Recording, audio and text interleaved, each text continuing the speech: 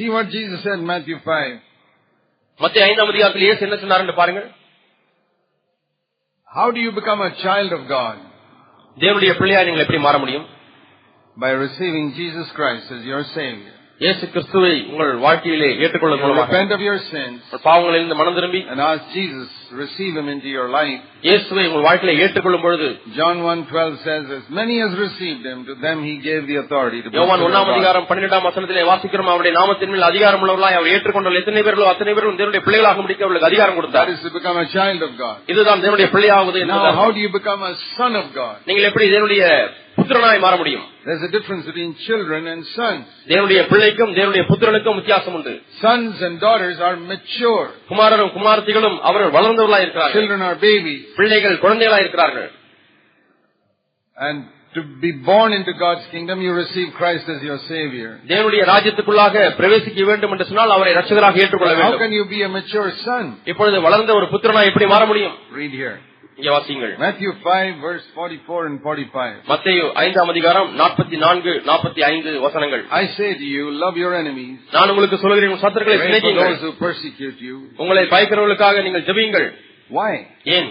Verse 45. 45ஆம் வசனம். In order that you may become sons of your Father. நீங்கள் பரலோகத்திலே இருக்கக்கூடிய உங்கள் பிதாவுக்கு புத்திரராய் இருக்கும்படியாக. You're already his children. ஏற்கனவே நீங்கள் அவருடைய பிள்ளைகள். You want to grow up from being a child to be a son? நீங்கள் பிள்ளையாய் இருக்கக்கூடிய நிலையிலிருந்து ஒரு புத்திரனாய் வளர வேண்டுமா?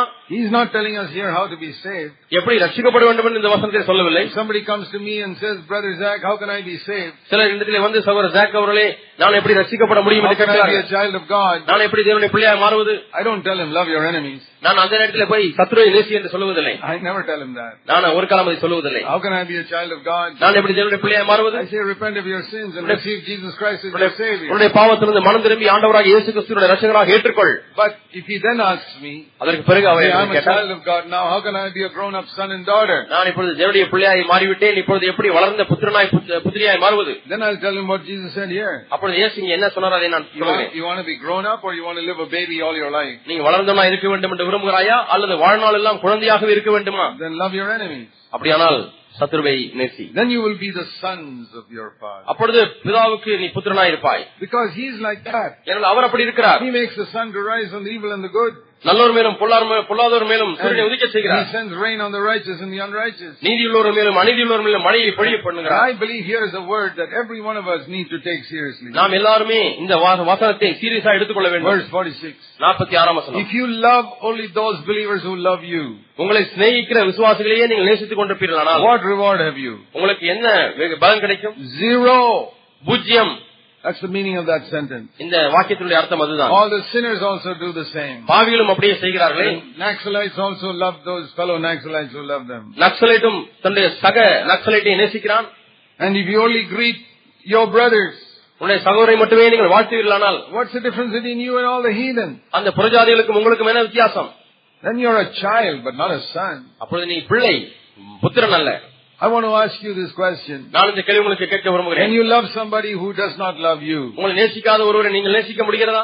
Can you love a brother who's always creating some trouble for you? எப்பொழுது பார்த்தாலும் உனக்கு பிரச்சனை உண்டாக்கி கொண்டிருக்கிற ஒரு சகோதரனை உன்னால நேசிக்க முடிகிறதா? What about you who are elders who are supposed to be examples in your church? உங்களுடைய சபையிலே மற்றவர்களுக்கு மாதிரியா இருக்கக்கூடிய மூப்பர்களே, உங்களுடைய காரியம் என்ன? Can you love a troublesome brother in your church? உங்களுடைய சபையிலே பிரச்சனை கொடுத்து கொண்டிருக்கக்கூடிய ஒரு சகோதரனை உங்களால் நேசிக்க முடிகிறதா? I'm not saying can you give him responsibility. He may not be fit to have responsibility. பிரச்சனை உண்டாக்கக்கூடியவருக்கு பொறுப்பை கொடுக்கல என்று நான் கேட்கவில்லை. அவருக்கு பொறுப்பெடுக்கக்கூடிய தகுதி வரவில்லை. Can you love him? அவரை நேசிக்க முடிகிறதா? Can you speak nicely to him? அவரோடு நன்றாக நீங்கள் பேசுகிறீர்களா? Someone who is troubling you, speaking evil about you. உங்களை குறித்து தீமையாய் பேசுகிற ஒரு சகோதரன், that is a test of whether you're a baby or a child. நீங்கள் ஒரு குழந்தையா அல்லது புத்திரனா குமாரனா என்பதை சோதிக்கக்கூடிய சோதனை இதுதான். I'll tell you, many elder brothers are babies. அநேக மூப்பர்கள் குழந்தைகளா இருக்கிறார்கள் என்று நான் சொல்கிறேன். They can't get along with somebody else. அவர்கள் இன்னொருவரோடு கூட ஒத்து போக முடியவில்லை. They love all those who praise them and say nice things to them and love them. தங்களை பாராட்டுகிறவர்கள், தங்கள் பக்கமா இருக்கிறவர்களை அவர்கள் நேசிக்கிறார்கள், அவர்களை பற்றி நன்றாக நடத்துகிறார்கள். That's the mark of a baby. இது குழந்தையினுடைய அடையாளம். think of somebody who does not like you. உங்களை பிடிக்காத ஒருவர் எண்ணி பாருங்கள். You have somebody like that. அதுபோல உங்களுக்கு யாராவது இருக்கிறாரா? Maybe in your church or in your neighborhood or a relative. உங்களுடைய சபையிலே அப்படி யாராவது இருக்கிறார்களா? உங்களுடைய பக்கத்து வீட்டிலே அப்படி யாராவது இருக்கிறார்களா? உங்கள் உறவினர் யாராவது இருக்கிறார்களா? Maybe your mother-in-law. உங்களுடைய மாமியாரா இருக்கலாம். Maybe your brother-in-law who cheated you of the property. சொத்திலே உங்களை வஞ்சித்த உங்களுடைய மைத்துனரா இருக்கலாம். Can you love him?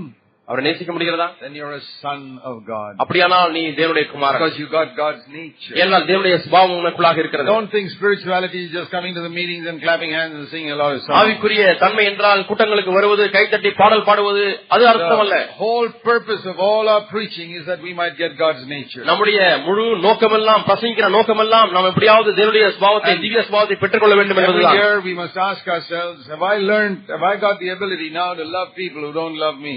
நான் என் நேசிக்காதவர்களை நேசிக்கக்கூடிய திறமை எனக்கு வந்துவிட்டதா, திறன் வந்துவிட்டதா என்று ஒவ்வொரு ஆண்டும் நம்மை நாமே கேட்டுக்கொள்ள வேண்டும். Towards the end of Paul's life, he wrote this to Timothy. பவுலுடைய வாழ்க்கையின் முடிவிலே பவுல் தீமோத்தேயுக்கு இப்படி எழுதுகிறார். In 1 Timothy chapter 1, 1 தீமோத்தேயு 1ஆம் அதிகாரம், he says like this. இது போல சொல்லுகிறார். He's telling Timothy, because Timothy was his closest co-worker. தீமோத்தேயு தன்னுடைய நெருங்கிய உடன் வேலையாளர் இருக்கிறபடினால இப்படி சொல்லுகிறார். He says, Timothy, I want to tell you something. What is the purpose of all the preaching that we do? நாம் செய்கிற எல்லா பிரசங்கத்தினுடைய நோக்கம் என்ன என்பதை உனக்கு சொல்ல விரும்புகிறேன். The purpose of all our preaching is not to just give people information. நாம் பிரசங்கிக்கிற நோக்கம் ஜனங்களுக்கு ஏதாவது சில தகவல்களை கொடுக்க வேண்டும் என்பதல்ல. The purpose of all our preaching is not even to take them to heaven. நம்முடைய பிரசங்கம் பண்ணுகிற நோக்கம் எல்லாம் ஜனங்களை எப்படியாவது பரலோகத்துக்கு எடுத்து செல்ல வேண்டும் என்பது கூட அல்ல. Many of you have heard preaching for many years. அநேக ஆண்டுகளாக நான் பிரசங்கிறதை நீங்கள் கேட்டிருக்கிறீர்கள். Some of you have come to every conference for 20 years. உங்களிலே ஒரு சில 20 ஆண்டுகளாக தவறாமல் எல்லா கான்ஃபரன்ஸுக்கும் வந்திருக்கிறீர்கள். What is the purpose of all the preaching you have heard? நீங்கள் கேட்ட எல்லா பிரசங்கத்தினுடைய நோக்கம் என்ன?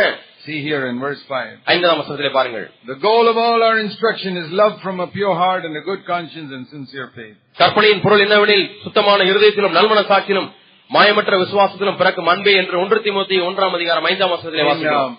In English, the word used here is goal. இந்த ஆங்கிலத்திலே லக்கு என்கிற வார்த்தை பயன்படுத்தப்படுகிறது. Or, you know, goal is what they have in a football game. கோல் போடுவது என்பது கால்பந்தாட்ட விளையாட்டில் இருக்கிறது. You know, in a football game, ஒரு கால்பந்தாட்ட விளையாட்டிலே everybody is aiming for the other side's goal. ஒவ்வொருவரும் மற்ற பக்கத்தில் இருக்கக்கூடிய அந்த கோல் போஸ்ட்ல கோல் போட வேண்டும் என்ற நோக்கத்தில் எல்லாரும் வேலை செய்கிறார்கள். Kicking the ball towards that goal. எப்பொழுது பார்த்தாலும் பந்தை அந்த கோல் போட வேண்டும் என்றே உதைத்துக் கொண்டே இருக்கிறார்கள். Nobody is kicking in any other direction. யாருமே வேறு திசையிலே உதைப்பதில்லை. They may even pass it to somebody, but the aim is to get to that goal. இங்கிருந்து இங்கே ஒரு ஆளுக்கு பாஸ் பண்ணலாம் அந்த பந்தை, ஆனால் அவருடைய நோக்கம் இப்படியாவது கோல் போட வேண்டும். You've seen that in a football game. கால்பந்தாட்ட விளையாட்டிலே நீங்கள் அதை பார்த்திருக்கிறீர்கள். Here Paul is saying, இங்கே பவுல் சொல்கிறார், you know the purpose of all that we do. நாம் இங்கே செய்கிற எல்லா காரியத்தினுடைய நோக்கம் என்ன? There's a goal there. அங்கே ஒரு லக்கு இருக்கிறது. That's where I'm trying to hit the ball. அங்கேதான் நான் பந்தை அடிக்க விரும்புகிறேன். I may kick it here, kick it there, but ultimately I have to get there. பந்தை நான் இங்கே உதைக்கலாம், அங்கே உதைக்கலாம், ஆனால் கடைசியாக அந்த கோல் போஸ்டுக்குள்ளாக அந்த பந்து போக வேண்டும். And the goal is this. அந்த லக்கு இதுதான். That all of our brothers can have love from a pure heart. ஒரு சுத்தமான இருதயத்திலே நம்முடைய எல்லா சகோதரர்களும் ஒரு அன்பை பெற்றுக்கொள்ள வேண்டும். That is God's love. இதுதான் தேவனுடைய அன்பு, God's nature. தேவனுடைய சுபாவம். The goal is not that all our brothers and sisters can become good preachers. நம்முடைய சகோதரர்கள் எல்லாரும் நல்ல பிரசங்கியாராக மாற வேண்டும் என்பது நம்முடைய இலக்கு அல்ல. Or that they'll have supernatural gifts to heal the sick. அல்லது வியாதியஸ்தர்களை குணமாக்கும்படியான இயற்கைக்கு அப்பாற்பட்ட வரத்தை பெற்றுக்கொள்ள வேண்டும் என்பதல்ல. Not even like a lot of people are preaching today that you'll have a lot of money and get better houses and அநேகர் பிரசங்கிக்கிறது போல உங்களுக்கு நிறைய பணம் இருக்கும், செழிப்பு இருக்கும், கார் இருக்கும், வீடு இருக்கும் என்பதும் நம்முடைய இலக்கு அல்ல. Today that is the goal of many preachers. இன்றைக்கு अनेक பிரசங்கியாருடைய இலக்கு அதுதான். But Paul says through the Holy Spirit. அந்த பரிசுத்த ஆவியானவர் மூலமாக பவுல் சொல்கிறார். The goal of our instruction is not even to get people to heaven. நம்முடைய பிரசங்கத்தினுடைய நோக்கம் எல்லாம் ஜனங்களை எப்படியாவது பரலோகத்துக்கு கொண்டு போக வேண்டும் என்று அல்ல. Not just taking people to heaven like a lot of people say today. அநேகர் சொல்லுகிறது போல பரலோகத்துக்கு கூட்டி செல்ல வேண்டும் என்ற நோக்கம் அல்ல. Goal of all our preaching is that people may come to partake of God's nature. நம்முடைய பிரசங்கத்தினுடைய எல்லா லக்குமே எப்படியாவது ஜனங்கள் திவ்ய சுபாவத்திலே பங்கு பெற வேண்டும் என்பதுதான். They may have God's love in their heart. தங்களுடைய உள்ளத்திலே தேவனுடைய அன்பை கொண்டிருக்க வேண்டும். So how can you know whether you have grown in the Christian life in the last few years? கடந்த சில ஆண்டுகளாக கிறிஸ்தவ வாழ்க்கையில நீங்கள் வளர்ந்திருக்கிறீர்களா இல்லையா என்று எப்படி தெரியும்? I want you to take 1 minute now to examine your life. இப்பொழுது நீங்கள் உங்களையே வாழ்க்கை சோதித்து பார்க்கும்படியாக ஒரு நிமிடம் எடுத்துக் கொள்ளுங்கள். Please answer this question honestly. நேர்மையாக இந்த கேள்விக்கு பதில் சொல்லுங்கள். Think back 20 years ago in your life. உங்களுடைய வாழ்க்கை 20 ஆண்டுக்கு முன்பாக எண்ணி பாருங்கள். Was there some brother whom you could love then whom you cannot love today? அன்றைக்கு நேசித்த ஒரு சகோதரன் இன்றைக்கு உங்களால் அந்த சகோதரன் நேசிக்க முடியவில்லை என்று இருக்கிறதா? Just think. எண்ணி பாருங்கள். Was there a brother with whom you had a very good relationship 20 years ago, but you don't have a good relationship with him today? 20 ஆண்டுகளுக்கு முன்பதாக அந்த சகோதரனோடு கூட நல்ல ஒரு உறவு இருந்தது, ஆனால் இன்றைக்கு அந்த உறவு இல்லை. If so, அப்படியானால் which direction are you going? எந்த திசையை நோக்கி நீ போய் கொண்டிருக்கிறாய்? You're kicking towards your own goal. உன்னுடைய டீம் பக்கத்தில் இருக்க கோல் போஸ்ட்ல உன்னுடைய பாலை செல்ஃப் கோல் போடுகிறாய். You're not going towards the goal which God wants you to go to.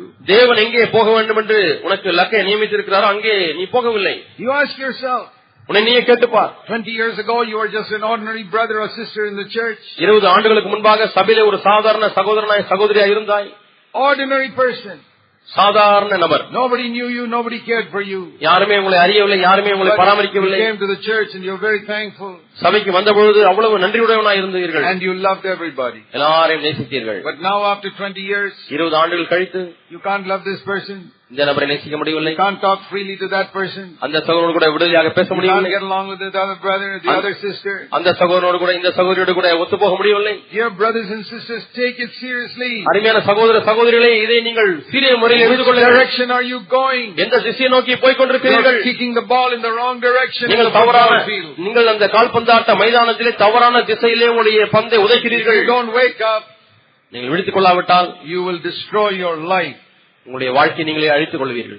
The goal of all our instruction is to have the love of God in our heart for நம்முடைய everyone. போதனையினுடைய நோக்கமெல்லாம் நீங்கள் தேவனை நேசிக்க வேண்டும், தேவனுடைய அன்பினால் நிரப்பப்பட வேண்டும் என்பதுதான். I want to go in that direction. நான் அந்த திசையை நோக்கி செல்ல விரும்புகிறேன். You know Jesus said, you greet only those who greet you. உங்களை வாழ்த்துகிறவர்களை மட்டுமே நீங்கள் வாழ்த்துவீர்களானால், have you ever greeted somebody who doesn't want to greet you? உங்களை வாழ்த்த விரும்பாத ஒரு நபரை நீங்கள் வாழ்த்தி இருக்கிறீர்களா? You know, do you feel it's beneath your dignity to go and greet somebody who doesn't greet you? உங்களை வாழ்த்த விரும்பாதவர்களை போய் நீங்கள் வாழ்த்துவதற்கு அது நம்முடைய கண்ணிய குறைவு, என்னுடைய பிரசித்தி என்ன ஆகுது என்று எண்ணுகிறீர்களா?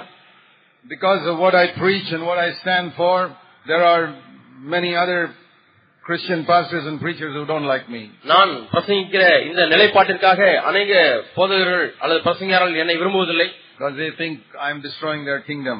அவருடைய ராஜ்யத்தை நான் போய் கெடுக்கிறேன் என்று அவர்கள் உணர்கிறார்கள். And I see sometimes in Bangalore, சில சமயத்திலே பெங்களூரிலே நான் பார்க்கிறேன், if they cross me on the road, they won't look at me. அவர்கள் ரோட்டிலே நான் போகும்பொழுது எனக்கு எதிராக வந்தால் அவர்கள் என்னை பார்க்காமல் தலை திருப்பிக் கொள்வார்கள். But I try to go and meet them. நான் போய் வழியே அவர்களை போய் சந்திப்பேன். Because Jesus said, ஏனென்றால் இயேசு சொன்னார், if you greet only those who greet you, உங்களை வாழ்த்துகிறவர்களை மட்டுமே நீங்கள் வாழ்த்துவீர்களானால், you are no better than the heathen. புறஜாதியரை காட்டும் நீங்கள் விசேஷித்தவர்கள் அல்ல. I want to ask you, many of you think you are very spiritual. உங்களை அநேகர் உங்களை ஆவிக்குரியவர்கள் என்று எண்ணுகிறீர்கள். உங்களை பார்த்து நான் கேட்கிறேன், when was the last time you greeted somebody who did not want to greet you? உங்களை வாழ்த்த விரும்பாதவர்களை நீங்கள் கடைசியாக எப்பொழுது வாழ்த்தினீர்கள்? Are you a baby or a son? நீங்கள் ஒரு குழந்தையா அல்லது புத்திரனா? Do you avoid people because they don't want to greet you? You say, well, I don't want to greet them. உங்களை வாழ்த்த விரும்பாதவர்களை நீங்கள் எப்படியாவது தவிர்த்து விடுகிறீர்களா? நானும் வாழ்த்த விரும்பவில்லை என்று. Why are you afraid? ஏன் பயப்படுகிறீர்கள்? Isn't it your pride that says, oh, if he doesn't greet me, I'm not going to greet him? அது உங்கள் பெருமை அல்லவா? அவர் என்னை வாழ்த்தாரு, நான் ஏன் அவரை வாழ்த்த வேண்டும்? Humble yourself. நீங்களே தாழ்த்துங்கள். Say, Lord, I'm a nobody. ஆண்டவரே, நான் ஒரு பொருட்டல்ல.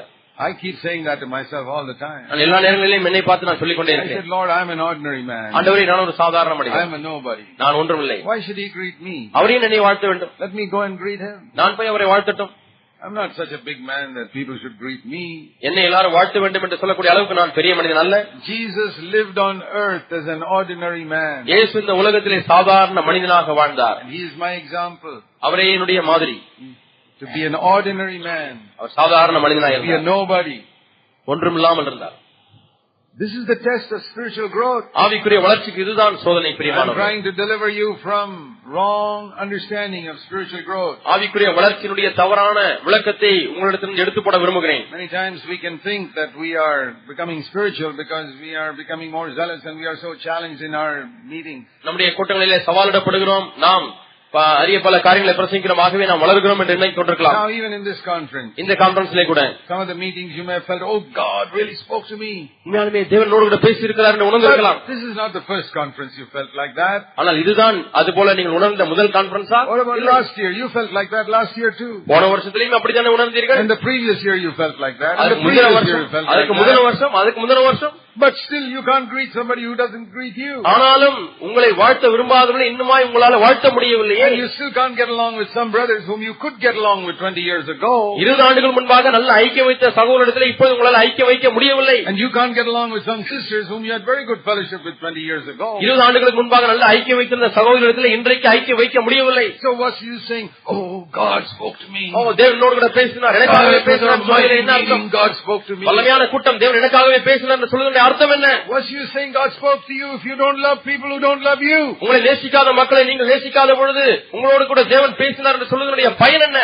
That's why we need the power of the Holy Spirit. ஆகவே தான் நமக்கு பரிசுத்த ஆவியானுடைய வல்லமை தேவை. You know when Jesus said, if you love me keep my commandments. எனக்கு அன்பா இருந்தால் என்னுடைய கற்பனைகளை கைக்கொள்ளுங்கள் என்று ஆண்டவர் சொன்னார். John 14. யோவான் 14ஆம் அதிகாரம் And verse 15. 15ஆம் வசனம். If you love me keep my commandments. என்னில் அன்பா இருந்தால் என் கற்பனைகளை கைக்கொள்ளுங்கள். One of his commandments is love your enemies. அதிலே ஒரு கற்பனை உங்களுடைய சத்துருவை நேசிப்பாயாக. You find somebody who doesn't greet you, go and greet him. யாராவது உங்களை வாழ்த்த விருப்பமில்லை என்று சொன்னால் நீங்கள் போய் வழியே அவரை வாழ்த்துங்கள். அது ஒரு கட்டளை. And if you love me keep my commandments. என்னிலே அன்பா இருந்தால் என் கற்பனையை கைக்கொள். Do you love Jesus? இயேசுவை நேசிக்கிறாயா? Do you keep that commandment? இந்த கற்பனையை நீ கைக்கொள்கிறாயா? It's very difficult. ரொம்ப கஷ்டமா இருக்கு என்று சொல்கிறீர்களா? I feel like greeting these fellows who don't greet me. என்னை வாழ்த்தாத இவர்களை போய் நான் ஏன் வாழ்த்துவது என்று உணர்வீர்களா? I also don't feel like it. நானும் அப்படி உணர்வதில்லை. But I do it because Jesus commanded me. ஆனால் இயேசு எனக்கு கட்டளை கொடுத்திருக்கிறபடியாலே அப்படி நான் செய்கிறேன். I don't do what I feel. நான் எதை செய்ய வேண்டும் உணர்கிறேனோ அதை செய்வதில்லை. I do what Jesus commanded because I love him. நான் அவரை இயேசுவை நேசிக்கிறபடியாலே அவர் கட்டளையிட்ட காரியத்தை நான் செய்கிறேன். You cannot say you love Jesus if you don't keep his commandments. அவருடைய கற்பனையை நீ கைக்கொள்ளாத பட்சத்திலே நான் இயேசுவை நேசிக்கிறேன் என்று நீ சொல்ல முடியாது. Sometimes it's difficult. சில சமயத்தில் அது கடினமா இருக்கும். That's why in the next verse he said I'll give you a helper to help you keep that commandment. ஆகவே தான் அடுத்த வசனத்திலே சொல்லுகிறார், நான் அந்த கற்பனையை கைக்கொள்வதற்கு உங்களுக்கு ஒரு உதவி செய்கிற தேவனை அனுப்புகிறேன். Holy Spirit. உங்களுக்கு நான் பரிசுத்த ஆவியானவரை தருகிறேன். Let's pray. நாம் ஜெபிப்போம். Heavenly Father, பரலோக பிதாவே, help us not to forget these serious important things. ஆண்டவரே இந்த முக்கியமான சீரியஸான காரியங்களை நாங்கள் மறந்துவிட வேண்டாம் ஆண்டவரே. Even if we forget everything else. ஆண்டவரே மற்ற எல்லா காரியங்களும் மறந்துவிட்டாலும் help us to really set these matters right in our lives. ஆண்டவரே உண்மையாலுமே இந்த காரியங்களை எங்கள் வாழ்க்கையில சரி செய்ய உதவி செய்யும். Be filled with the Spirit of God. ஆண்டவரே தேவனுடைய ஆவியால் நிரப்பப்பட்டவர்களாக இருக்க the love of God can be poured out in our hearts. ஆண்டவரே தேவ அன்பு எங்கள் உள்ளங்களில் ஊற்றப்பட முடியுமே. And help us to be people who seek your righteousness and your nature all the days of our life. ஆண்டவரே எங்கள் வாழ்நாள் முழுவதுமாய் உம்முடைய நீதியையும் உம்முடைய சுபாவத்தையும் தேடுகிறவர்களாக எங்களை மாற்றும். We pray in Jesus name. இயேசு நாமத்தில் ஜெபிக்கிறோம் பிதாவே. ஆமென்.